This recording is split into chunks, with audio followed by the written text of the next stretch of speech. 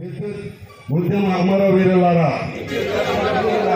ఉమ్మడి రాష్ట్రంలో ప్రపంచ బ్యాంకు ఆదేశిత ప్రభుత్వ విధానాల వ్యతిరేకంగా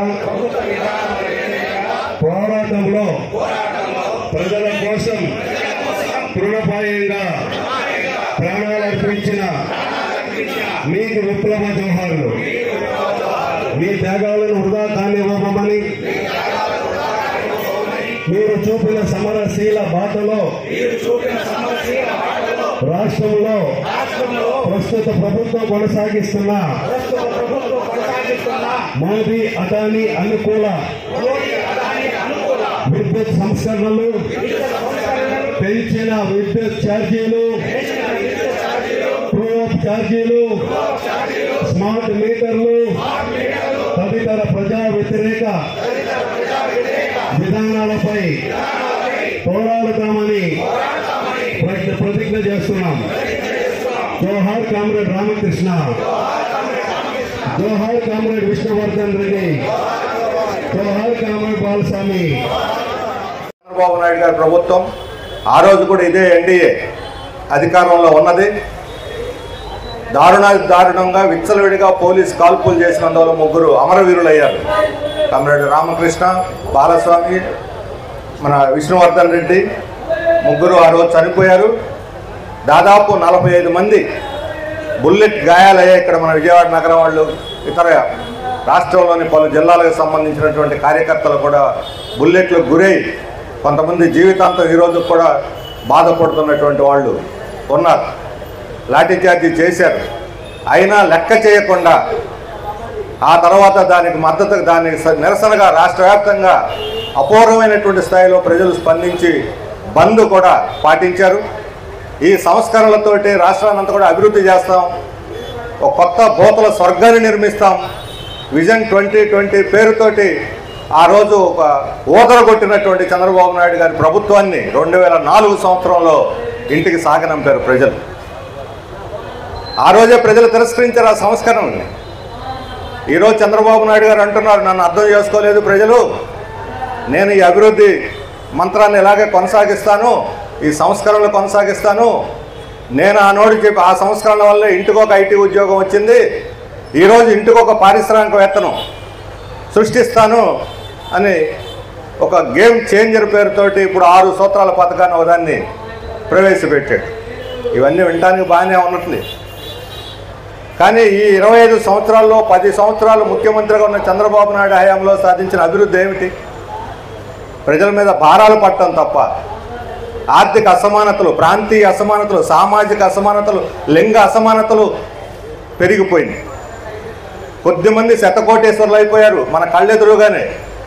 అత్యధిక మంది ప్రజలు ఈరోజు అప్పులు పాలై దివాళా ఎత్తి ఆత్మహత్యలు చేసుకునే స్థితికి వచ్చారు. ఇది సంస్కరణ యొక్క దుష్ఫలితం. అందువల్ల ఆ సంస్కరణలు విఫలమైనవి, పనికిరావని చరిత్ర చెత్తబుట్టలో పడేసింది.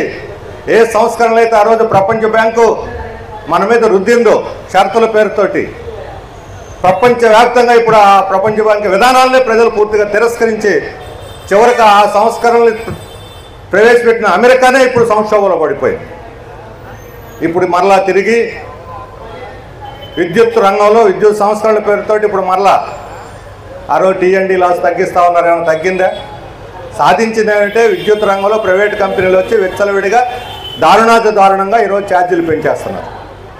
ఇప్పుడు రాష్ట్ర వ్యాప్తంగా స్మార్ట్ మీటర్లు పెడతా ఉంటున్నారు.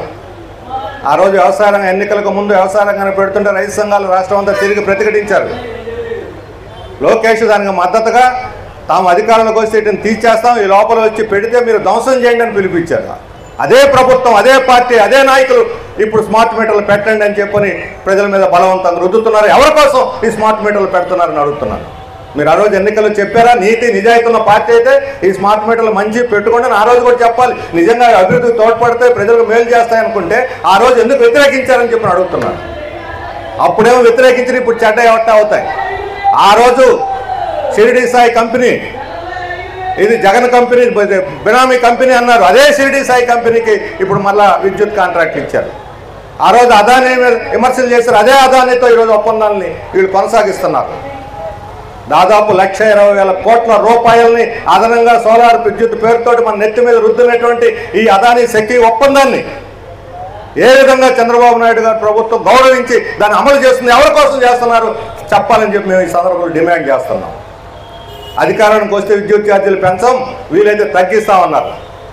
ఆ మాట తడి ఆరక ముందే అధికారానికి వచ్చిన 3 నెలల్లోనే 40 పైసలు అడ్వాన్స్గా ఛార్జీ పెంచారు. 2,750 కోట్లు వసూలు చేశారు. అదే ప్రభుత్వం ఇప్పుడు మరలా ప్రకటించింది ఆ 2,700 కోట్లు మాకు 450 కోట్లు మిగిలాయని. అంటే ఖర్చు కాకుండానే తప్పుడు లెక్కలు ఇస్తే కార్పొరేట్ కంపెనీల కోసం వినియోగదారుల నుండి, రైతుల నుండి, కూలీల నుండి, పట్టణ పేదల నుండి, మధ్యతరగతి నుండి ఇష్టానుసారంగా ఛార్జీలు పెంచి కనీస ధర ₹1.99 చెప్పినా సరే ఈరోజు లెక్కేసుకుంటే యూనిట్కి ₹5 నుంచి ₹7 వరకు ప్రతి గృహవాసి చెల్లిస్తా ఉన్నాడు. రాష్ట్రంలో చెప్పిన మాట మీద 3 రెట్లు అదనంగా వసూలు చేస్తూ ఉన్నారు. ఎస్సీ ఎస్టీలకు ఉచితం అన్నారు, చేనేత కార్మికులకు ఉచితం అన్నారు, ఎక్కడా కూడా అమలు చేయటం లేదు. మరి ఈరోజు ఆ విద్యుత్తు భారాలు తగ్గించమని మనం పోరాడుతుంటే మరలా 10 రోజుల క్రితం 12,000 కోట్ల రూపాయలకు మళ్ళీ నోటిఫికేషన్ ఇచ్చారు, పెంచుతాం 2019 నుంచి 2024 వరకు. అంటే జగన్మోహన్ రెడ్డి గారు ఓడిపోయినా ఆయన విధానాలు మాత్రం గౌరవప్రదంగా అమలు చేస్తున్నటువంటి చంద్రబాబు నాయుడు గారి ప్రభుత్వాన్ని ఏమనాలి, ప్రజలే తీర్పు ఇవ్వాలని చెప్తున్నాను. అదే మాటలో వాళ్ళు వదిలిన చెప్పుల్లోనే, జగన్ వదిలిన చెప్పుల్లోనే చంద్రబాబు నాయుడు కాళ్ళు పెట్టి రోజు పరిపాలన సాగిస్తున్నాడు. వాళ్ళకి మీకు ఏమిటి తేడా అని చెప్పడుతున్నది, దీనికి సమాధానం చెప్పాలా చంద్రబాబు నాయుడు గారి ప్రభుత్వం. ఇప్పుడు పెంచం జనం వ్యతిరేకత వచ్చేసరికి ఇప్పుడు 12,000 ఇప్పుడు వసూలు చేయం, వచ్చే సంవత్సరం లెక్కల్లో కలుపుతాం అంటున్నారు. వచ్చే సంవత్సరం లెక్కల్లో కలిపితే అప్పుడు లోటు వస్తే ఎవరి మీద వేస్తారు? ఇవి అన్ని తప్పుడు లెక్కలు ఇస్తుంటే కార్పొరేట్ కంపెనీలు కళ్ళు మూసుకొని వాటిని రెగ్యులేటరీ కమిషన్ ఇస్తే రెగ్యులేటరీ కమిషన్ కళ్ళు మూసుకొని ఆమోద ముద్ర వేస్తూ ఉంది. ఈ రెగ్యులేటరీ కమిషన్ విధానమే ఒక పనికిమాలిన విధానం. ఈ చెత్త రెగ్యులేటరీ కమిషన్ పనికి రాదు అని చెప్పి తేల్చి చెప్పాల్సినటువంటి అవసరం ఉన్నది. ఇది తొత్తుల్లాగా పనిచేస్తుంది రెగ్యులేటరీ కమిషన్ కార్పొరేట్ కంపెనీలకి. వాళ్ళు ఎంత చేస్తే అంతే. ఇలా సుప్రీంకోర్టు సైతం వాళ్ళకి మెట్టుకాయలు వేసింది. వినియోగదారులు దృష్టిలో పెట్టుకోండి, మేము మమ్మల్ని పెట్టింది అందుకోసం, వినియోగదారులు మర్చిపోయి వ్యవహరించొద్దని చెప్పి వార్నింగ్ ఇచ్చింది సుప్రీంకోర్టు రెగ్యులేటరీ కమిషన్లకి. అంటే ఎంతగా ఈ రెగ్యులేటరీ కమిషన్ దారి తప్పే అర్థం అవుతుంది. అందుకని ఈ వ్యవస్థ విఫలమైంది. అందుకని విద్యుత్ సంస్థలని సలాం కొట్టి మీరు విద్యుత్ ఛార్జీలు మాట ఇచ్చిన ప్రకారం తగ్గించండి, ఈ స్మార్ట్ మీటర్లు ఉపసంహరించుకోండి.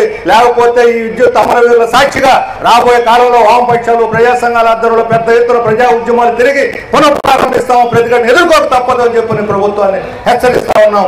వామపక్ష పార్టీలు ఏముంది, వీళ్ళకి ఒక ఎమ్మెల్యే లేడు, వీళ్ళకి బలం లేదు అనుకుంటున్నారు. వామపక్ష పార్టీలు వినిపించేది ప్రజాగళం.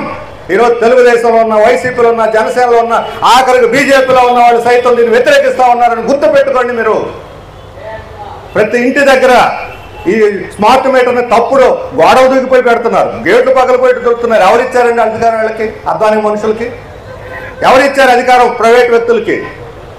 అటువంటి వాళ్ళు ప్రతిఘటించిన తరివేయండి. ఎవరైనా స్మార్ట్ మీటర్లు పెట్టడానికి ఇంటికి వస్తే వాళ్ళని బయటికి నెట్టేయండి, ఎవరు పెట్టుకోవడం అనుమతించవద్దు అని చెప్పి మేము వామపక్ష పార్టీల తరఫున ఇక్కడ పిలుపునిస్తున్నాం.